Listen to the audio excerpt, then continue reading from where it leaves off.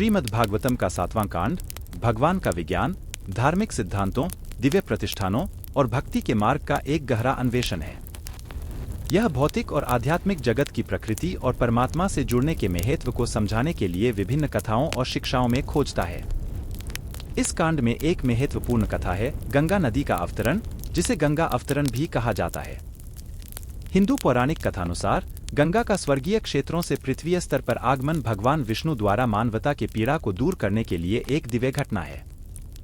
यह कांड राजा भगीरथ के तपस्या और भगवान ब्रह्मा के प्रार्थनाओं की कथा का वर्णन करता है, जिनसे गंगा को पृथ्वी पर लाने का परिणाम होता है और अंत में उसके अवतरण से उसके पूर्वजों के अशेष को शुद्ध करने का। एक और प्रमुख कथा है क्षीर समुद्र मंथन, जिसे समुद्र मंथन भी कहा जाता है।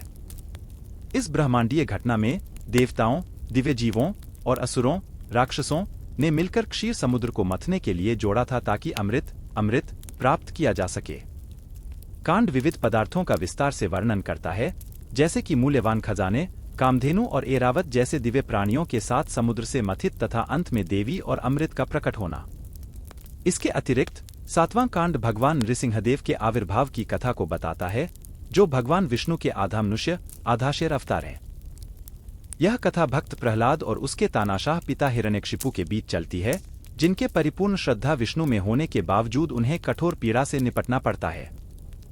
कांड भगवान नृसिंहदेव के दिव्य हस्तक्षेप को प्रदर्शित करता है, जो प्रहलाद की सुरक्षा के लिए होता है और तानाशाह हिरण्यकशिपु का नाश करता है, धर्म की रक्षा करते हुए।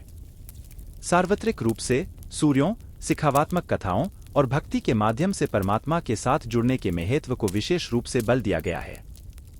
यह प्रहलाद जैसे भक्तों के जीवन में भक्ति की परिवर्तक शक्ति को हाईलाइट करता है और परमात्मा की इच्छा के अनुसार समर्पण की महत्वता को अंगीकृत करता है।